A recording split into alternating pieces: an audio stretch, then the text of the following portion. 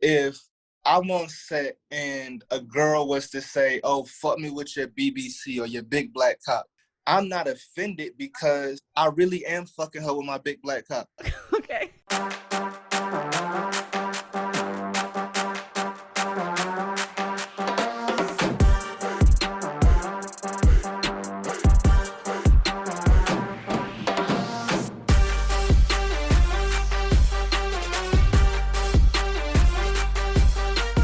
Hi guys, I'm Bella Benson. Welcome to another episode of Too Tired to Be Crazy on every Thursday. Today, my special guest is Pressure, also known as Pressure the Entertainer. He's a Taurus and he began his career in the adult industry in 2018. Is that true? That is absolutely true. Oh my God. How you know that? Google. I mean, you started this pretty recently. What were you doing before you started, before you were in the adult industry? Prior to me being in the adult industry and the pornographic market, I was a male exotic entertainer, basically a stripper. Girls refer to it as feature dancing, basically meaning that promoters would find me on social media, contact me, and then fly me to whatever city that they needed me to perform in. Prior to that, I was a professional bodybuilder. I was humongous. I was like 40 pounds bigger than I am now. And prior to that, I spent 4 years in prison. Oh, okay. Yeah, so it's a completely different life now. Where were you in prison? Oh, you didn't find that on Google? No. Oh, look at the face. Prison for armed robbery. Got it. So then you decided to kind of change your life up and start making a living and all that. Yeah, because I was in prison, I got a really good chance to, assess myself amongst a lot of other men. And I noticed like a significant difference in the way that I think and just me as an overall individual, which kind of let me know one of us was in the wrong spot. Those guys seemed to be perfectly cool with the prison spot. Let me figure something else out. So I thought to myself, well, I have tattoos, I have violent felonies. I doubt I'm gonna be a surgeon when I get out. What am I gonna do? And the funniest thing is, I saw an episode of Keeping Up with the Kardashians, and they had the rapper The Game on there, and he was like their personal trainer. And I was like, they let the game train people? Oh, if they let the game train people, when I get out, I'm gonna be a fucking trainer. The Game was a trainer before he was a rapper, or he was also a rapper and a trainer. I don't even know if he was really a trainer. I think that he was a rapper, and it's just something they did, because of his celebrity. But it did give me the idea. And I found a school and a magazine that would allow me to do most of the testing while I was still in prison. And I thought because I knew how to work out that it would just be a breeze. But when the textbooks came in and, it had anatomy and kinesiology, I'm like, oh shit, they really want me to know this stuff. And then when I came home from prison, I thought I would just easily transition into being a trainer, but a lot of the gyms didn't really consider that certification credible. And once I let them know that I had been in prison, legally, they couldn't say, well, you can't have the job now. But I could notice a different vibe in the room. Mm. So it took me a little while to kind of start getting it figured out, but it is what it is. Do you feel like then you kind of had less options because you came out of prison, like the adult industry, you were kind of quote unquote forced to get into it, or you just felt like it was something you wanted to do, or you just felt like you didn't really have an option? I don't like for people that are in my industry that come from good upbringings with no criminal history to say that they had to do this. Because I'm like, there's a billion different things you could have done. Now, with my situation, with me having tattoos and felonies, this isn't the only thing I could have done. But I did, based on my own decisions, limit some of the options that I had. So when I found, stripping, I kind of started to gain some publicity and a little bit of money, but I was still really struggling financially. And when I found porn, I kind of started to see myself ending up in a better financial position. And it was something that was legal. I wasn't having to break the law. So I was cool with it. How did you come up with the name Pressure the Entertainer? So I'm from Raleigh, North Carolina. And when I decided I was going to be a stripper, they don't have clubs in the city that I'm from where men can go and dance for women. You have to get on like a call site basically. And if you're a woman in Raleigh and you're throwing like a bachelorette party or a birthday party, then you look on this website and you see the guy you want and you call the lady that runs the site. So when I applied on the site, I didn't have a name at all. When she posted me on the website, my photos generated more traffic like really quick than she'd ever seen. And so she calls me and she says, "What do you think about the name Pressure?" And I'm like, I don't know. Let me think about it. So then I Googled like Pressure the stripper and nothing came, because at the time, porn wasn't on my mind. I was just going to be a stripper. And once I couldn't find a stripper named Pressure, I said, all right, I'll try the name. And when I thought of Apply Pressure, I said, okay, cool. I'll be able to attach that to this name. Let's give it a shot. Once I started doing strip shows, I attached the entertainer on the back of it. But now I really just prefer to be called Pressure. But because I started with Pressure the Entertainer, a lot of times when people find me, they still find Pressure the Entertainer.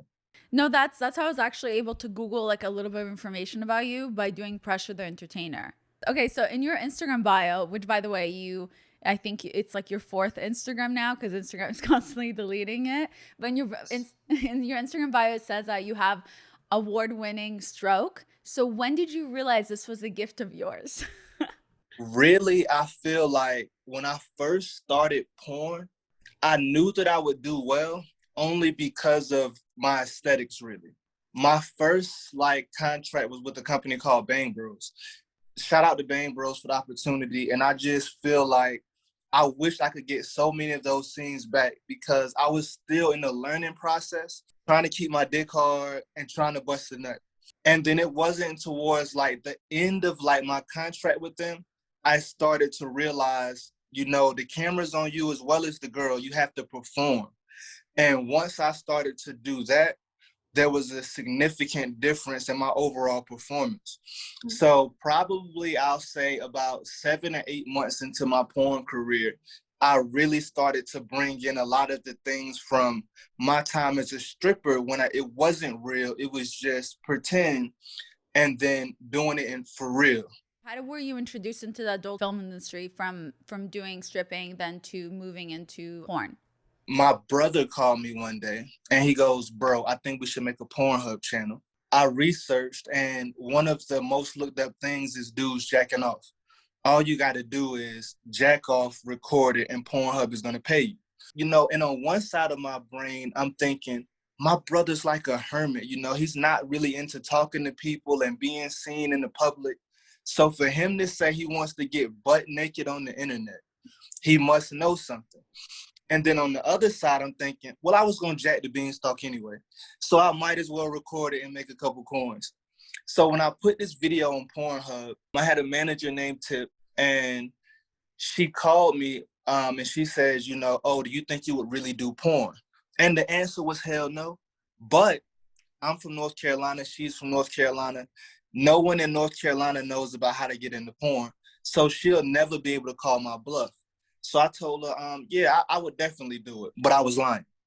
And so then she calls me and she tells me to send some photos to her naked, but I'm thinking that she's just trying to get me a gig as a stripper. And then she says, Assassin and Prince are going to call you on three-way. Assassin owns this club in DC. And I used to drive there with my boy CEO like 5 hours, and I would get like $100 pay spot sometimes, or sometimes they wouldn't pay me at all. I would just make whatever money I made off of the ground, which would usually be a couple $100. And I would have to either pay for a hotel room out of that couple $100 or drive back to North Carolina right after the show, maybe sleep in the car for a couple hours. And the owner of that club has been best friends with this guy named Prince for like 10 years. And Prince is like what Americans consider Michael Jordan to basketball. So that's what he is to porn. And they called me on three-way, and Prince is basically telling me, he likes my look. He's only on the phone with me because of Assassin. He wants me to come to LA and audition. A couple months passed. I went to LA, did the audition. Prince put me down to his agency, which is Silverback World Agency. and he's been guiding me in porn and like really in life ever since. So super shout out to Prince Yashua. That's my mentor, the guy that brought me into porn. Yeah, and I'd do anything in the world for him. He changed my life overnight. Wow, that's amazing. Did your brother also get into it? No, Oh, he backed out after like a month or so, I think. what is it like to be a man in the adult film industry, let alone a black man in the adult film industry? Interracial porn is very popular. Right. So I used to get a lot of messages from women that would, say to me, "Oh, I see you posting all of these pictures with these white girls. So obviously you don't like black women." So there's the stigma that black men in porn prefer white women. There is the outside looking in stigma that as a man in porn, you're getting the best blowjobs in the world, you're getting the best pussy in the world, because these are professionals we're talking about here. These are porn stars we're talking about here. So to debunk the first myth, I absolutely love all beautiful women. What happens is when you look at professional pornography, the two individuals aren't calling companies saying, line me up with these people. The companies are reaching out to the woman's agent and saying, is she available for this date? And then doing the same thing to the man's agent. And because interracial porn is a top seller, companies, follow the financial path. So they book interracial a lot. So it's not my choice really on who I shoot with. I could say, no, I don't want to shoot with her, but I don't call companies and say, hey, can I shoot with her? Right. To debunk the second myth, some of the worst head I've had in the world, some of the worst blowjobs I've had in my life have been on these porn sets. Some of the worst sexual effort I've seen from women have been on some of these porn sets. So not everyone that gets on camera for a mainstream porn company has a high sexual skill level, I feel. It's just everyone either A, has a look that'll sell, or B, at a bare minimalistic level, is 18 and a sign a consent form saying they don't care what happens to these videos, basically. Got it. So it doesn't bother you if, like, you know how like there's that one website, what is it, Blacked? So it's like there's like those websites where it's like more like fetish, but it doesn't bother you because it's like you're just doing work. So it doesn't bother you if you're like being put in like those fetishes where it is like the black guy with the white woman, but it's like a fetish type of porn. So I shoot for Vixen Media quite frequently. It doesn't bother me because at the end of the day, I consider myself an actor. People often forget that we make movies because I'm putting my real dick in a real pussy or a real ass or a real vagina. But I don't take what happens, as long as it's cohesive with the norm of mainstream pornography production, personal. If I'm on set and a girl was to say, oh, fuck me with your BBC or your big black cock, I'm not offended because I really am fucking her with my big black cock. Okay. It was just to go and, just say things that don't fit that category in a disrespectful manner, then we'd be having a different conversation. Okay, I get it. It's like you said you're an actor, you're acting, you guys are doing what you need to do for the film that you're filming. So it makes sense. Like you're doing whatever you need to do for that specific film. So you're saying when you do that stuff, you kind of separate your mindset? Do you know what I'm trying to say? Oh, it's completely two different people, from the name that my mother gave me into the internet personality that people see and they know it's pressure. Got it. Do you consider then sex fun at this point, or is it kind of like really focused as just work? How do you separate it from your personal life? So I don't really have a personal sex life. I hear that a lot actually with people in adult entertainment industry. And so it's more from a lot of the women in the adult entertainment industry. The men feel like I'm trying to get them to follow what I got going on over here. Because it's at this point, like my agent says, I make good money to take my drawers off. If we're talking about a sexual energy exchange, there's definitely going to be some type of compensation exchange as well. I love that. I think it's because you're a Taurus. That's a fat, big Taurus. Like, I agree with that. When you have sex with somebody, you exchange like the vibes and all that, and it really is important. So then how do you deal with taking on other people's energies, constant energies, when you're working and you're sleeping with them? So I have a routine. When I know I have to shoot professionally, I'll get up in the morning, I listen to the same exact songs. When I'm on the way to work, I listen to the same exact songs. And once I get into set and I introduce myself to everyone, hug everyone, give her a kiss, I'm going in the room. And I play the same exact songs because what I'm doing is I'm turning on this guy named Pressure, right? I'm putting him on. It's, to me, so deep to where I never receive people's sexual energy because I never touched them. Pressure receives that sexual energy. And when I'm done being him, I put him where he needs to be until it's time for me to be him again.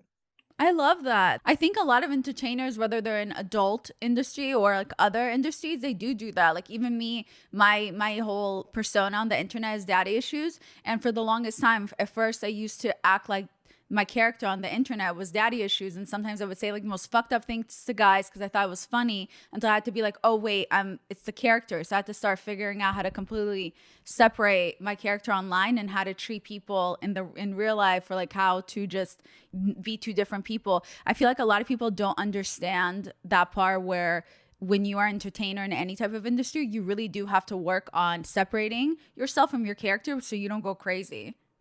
And I feel like that's one of the biggest burdens of consistently high level entertainers, because there's a difference from the people that fall under the entertainment bracket versus the tops, right? So if you consider a top entertainer, I use the example of Denzel Washington a lot, right?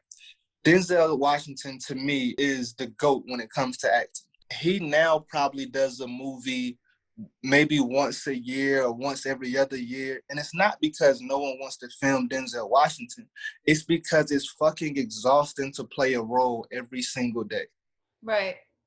When you're an entertainer, you have to play that role so much more and so longer than most people, because most people that work traditional jobs have to be their traditional job while they're there and then until they leave. But I feel like I have to be Pressure at the gas station, in the mall, at the grocery store, in the airport, anywhere where I'm in public eye. You see what I mean? Yeah. Yeah. So then do you feel like that affects your dating? Because I know for me, even playing daddy issues affects my dating, where I don't feel like putting on an act, or I'm like, I don't want someone to judge me because I'm daddy issues. I don't want to deal with explaining myself sometimes. I think what affects my dating the most is my dating. When I think about, the potential between me and another woman, I don't think, oh, I'm a porn star. I think, oh, this happened in another relationship, or, I didn't make these decisions. So it's more my past relationships don't really make me kind of want to do the dating thing so much than it is what I do for a living. Do you feel like having sex at work affects your intimacy, or you're saying no because you're completely separated, so there's no issues with the intimacy in your real life? I'm not going to say that I've never had off-camera sex since I've been single in porn, because I have, but more often than not, either A, I'm on a porn professional set, B, on an amateur set, or C, on another form of work. Yeah. Sexually. So I don't ever really have time, or like, my dick gets tired, my dick gets sore. Sometimes I'm in the mall and my dick hurts, especially because prior to the pandemic, I was shooting like 15 to 17 mainstream shoots a month. What's the most sex you've had in a day? Probably like 7 or 8 times. What is up with every porn ending with the guy ejaculating in the woman's face? Why? Facials are very popular in porn, but they do have also cream pies. Okay. I think that a lot of girls in porn are what society deems pretty, right? Okay. It's like gives the consumer, which is usually a man, the image that they're there with this girl one last time at the climactic moment. You see what I'm saying? Right. Because if they was doing a cream pie, for instance, which they do, all of the consumer would see at the climactic moment would be dick, pussy, and nut. And it's even like when I'm on set, if the girl is riding my dick and the camera is this way, they edit the director's voice out, but the director may tell me to like turn her or tell her to turn her head, because as much as they can, they try to keep the girl's face in it. Sometimes they even stop the cameras and like touch her makeup up. Oh, wow. And I'm over there jacking my dick, trying to keep my dick hard while they fix the makeup. Okay, got it. So then when they ejaculate in the girl's face, it's like the guy can imagine as if he just did that. And it's like about her face, the pretty face, but I guess he wants to ruin her face. When I watch porn, I don't even really get to the end. But then sometimes it's like if I accidentally get to the end, I'm like, fuck, I don't want to see that. Accidentally get to the end. Ask you a question. In your personal life, where do you prefer the ejaculation to go? Never on my face, not my thing. I've never done it. Not there was anything wrong with girls getting on their face. For me, I don't know if it's like my weird like daddy issues being a little extra feminist in the way that I feel like it's degrading for me as a person because I have an issue with it. It's not degrading. A lot of my friends do it. So I like it either inside of me because I feel closer to my partner, or I like it like, or I just don't give a shit. Like on my stomach, on my back, on my ass, or my tits. I don't care. But not. So if you had to choose Twinkies or toaster strudels? I would prefer Twinkie. Inside you. Yeah. Oh, I got you. Plus, I'm on birth control, so it's fine. Condoms or no condoms? No condoms. Anal or regular? Regular. Favorite position? Doggy. Okay. Favorite porn video? That I've made or that I've seen? Facts. Let's do one that you've made so people can look it up. Just because this is a good scene to watch, I'll say me and Natalia Queen. Okay. So look it up, you guys. Facts. Favorite thing I've seen, anything with Prince Joshua, y'all make sure y'all check them out. Toys or no toys? Toys. Same. Kinkiest fetish? I've really like gotten into like the whole feet vibe, and not just the feet vibe of like, I really kind of been sucking toes and all of that, but like me putting my foot in a girl's mouth, like all over her face. Yeah, that type of time. Okay. I just need to know. You don't have to answer it. So how big is your penis? That? Your leg? Really? Okay. I mean, I guess I can just see. I mean, I've seen, but okay, cool. So can you give tips to women on giving the best blowjob? So I try not to always answer from a personal preference standpoint, but I feel like overall, the sloppier the better. Now, there will be some men that are not into the sloppy. So as I said earlier, remember the communication, right? Keep your mouth open. Oh my God. Keep your mouth open. And don't forget that deep throat does not equate always to good head. Because I tell girls, if you don't specialize in getting a lot of dick down your throat, do what you can do nasty as hell at the top of the dick, because it's going to be uncomfortable for you trying to get all that dick in your throat and for me. Right. Yeah, so the no-goes is when you start closing your mouth, your teeth start getting involved. No. Open your mouth. And if you're struggling, I'm gonna give y'all an alley-oop real quick. If you're struggling with the sloppy head, put more dick in your throat. And that having that dick in your throat is gonna cause your mouth to just start to get wet. Oh, okay. I didn't know about that. Okay. Yeah. But if you're a person that's like, once you start gagging a little bit, it's gonna like cause you to kind of fall back. Right. That tip isn't for you. Okay. Okay, got it. What's the craziest scene you've ever done? There's a video with me and Luna Star, and I'm fucking her from the back. And then probably for, I want to say about 25 to 30 seconds, I held her, because we're in the pool. I held her head underwater. So that got a lot of traction on Twitter. Then there's another video of me and Carmela Clutch where I'm walking her on a leash through Fremont Street in Las Vegas. It was so dope because she was so like with it to the point where I would leave the leash, you know, a whole bunch of people are watching us. I might walk 20 steps away, turn my back to her, talk to somebody, and while I'm talking to him, I would smack my leg and she'd come crawling full speed across the concrete right to me. So by the time I'm turning around with the leash, she's right here waiting like this. And plan for it. We slide. Okay, that's fun. Okay, so in some scenes in your stuff, I noticed they do acrobatic moves. So did you learn those on the job, or were you just performing them personally and then you're like, oh, this would be dope for the next scene I do? So shout out to my boy, Mr. CEO, because when we were stripping together, like he showed me a lot of moves. And by showed me, I mean like came to my house, got in my kitchen and said, listen, bro, this is how you do a headstand on the table. And so once I started porn, I just took a lot of the things that I was doing as a stripper and moved it over to porn. And then some of it is now that I kind of get how porn works and the angles, I just improvise and create new stuff. So when you rapid fire asked me about the favorite position question, I really wanted to say probably something I made up, but like the pressure was on me. What could I do?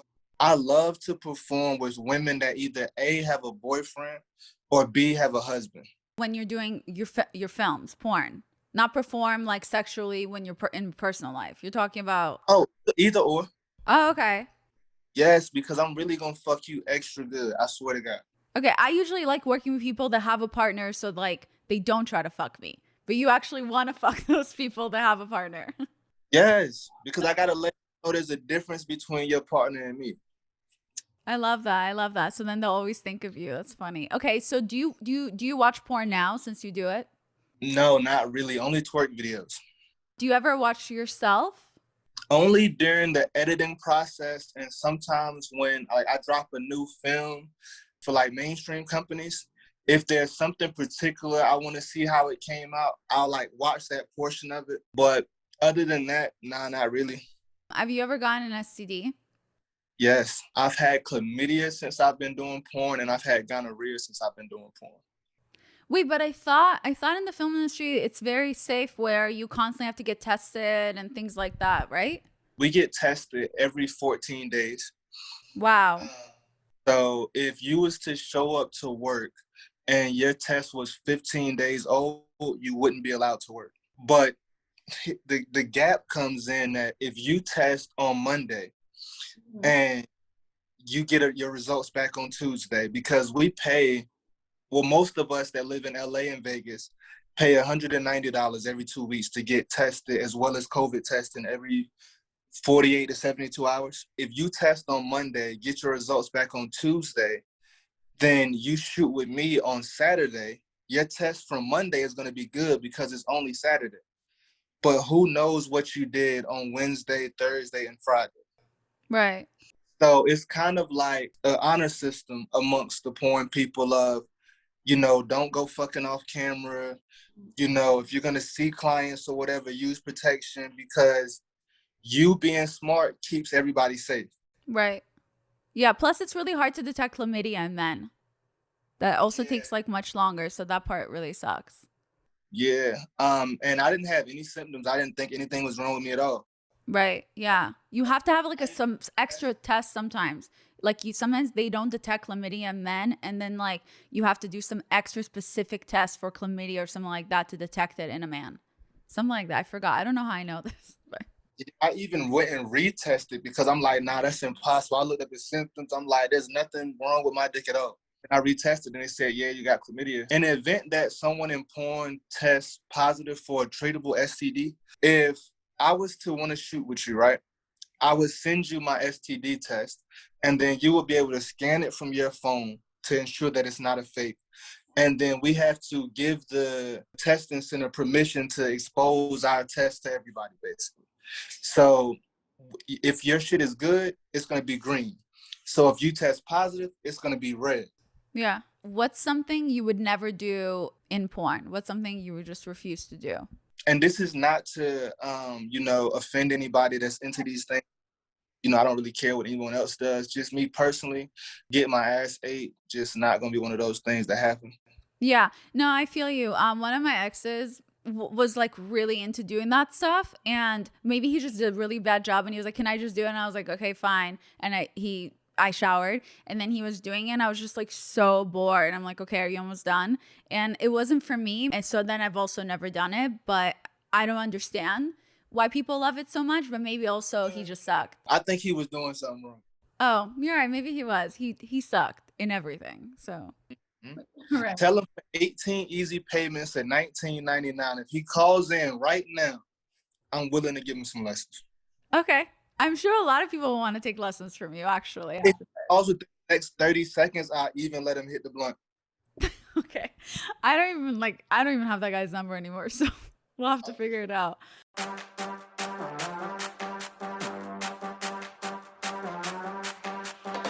Life might be strange right now, but that does not mean that you don't deserve to live your best life. And when you visit European Wax Center, you get the best by the best. European Wax Center certified wax specialists are expertly trained in prepping, protecting, and pampering your vagine. And did you know that they're also experts in wax? European Wax Center is also the expert in everything skin.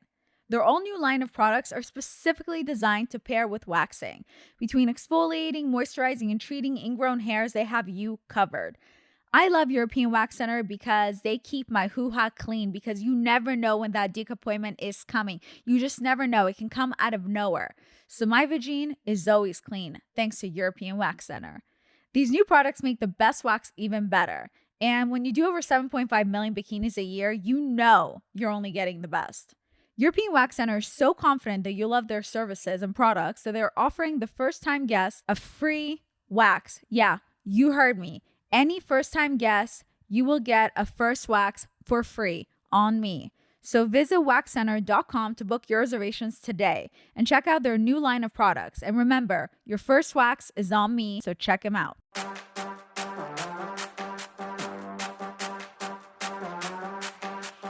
Do you have any tips for a good threesome or a gangbang? Have you ever done a gangbang? Yes. I guess, okay, let's start with the threesome, because I feel like more people do that more often. So here's where it gets complicated with guys when we have threesomes, right? You lock eyes. And then it's like, I don't know, it's almost like when you're doing the blowjob portion, right? It's like, I'm trying to keep in my mind, damn, don't let her suck my dick longer than I let her suck my dick, or she's going to think that she's doing a better job. Then she's going to get all in her feelings. There's a girl named Kalan. She brought this up, and she, shout out to Kalan, she's a phenomenal performer, that when she does threesomes, it either has to be about her and someone else pleasing one person, or those two people pleasing her. So in normal, I think a good tip is to try to be dispersing of the pleasure.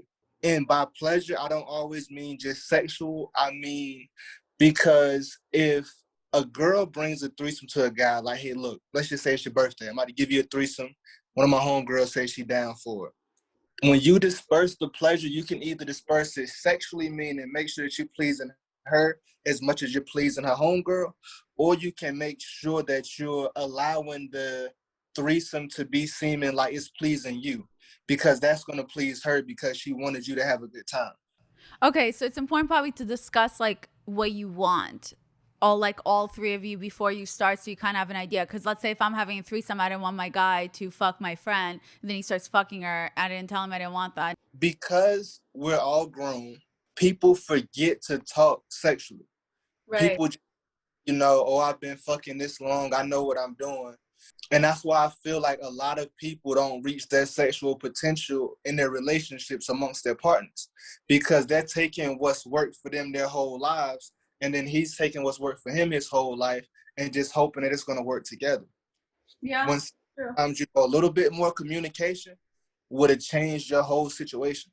I 100% agree. I 100% agree. With OnlyFans taking over, and actually that's how you and I quote unquote met, like virtually, is because I was listening to you on Clubhouse, and I really liked how outspoken you were and how well spoken you were, and just like you're opinionated and all that. And that's when I asked you to do this interview. And I think the Clubhouse room was about the porn industry and OnlyFans, right? That's what it was about.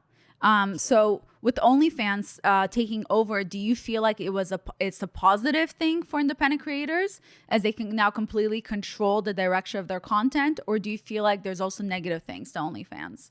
I feel like there's a stigma behind OnlyFans of get rich quick. People see these girls that make all of this money on OnlyFans, but they don't see the thousands and thousands and thousands of creators that make shit money on OnlyFans. It's not a get rich quick. It's like if you know how to hustle, market, your content don't really got to be that fire. OnlyFans success is really about the marketing. If you can market yourself, then you can have success on OnlyFans. Now, what people that aren't really into the adult world, that know that, they have porn on OnlyFans, the loop that they're missing is right now, OnlyFans is really feeling like it's trying to push us off of the platform. There's a lot of rule changes that we get notified about that the people that don't, use the platform like we do get notified about.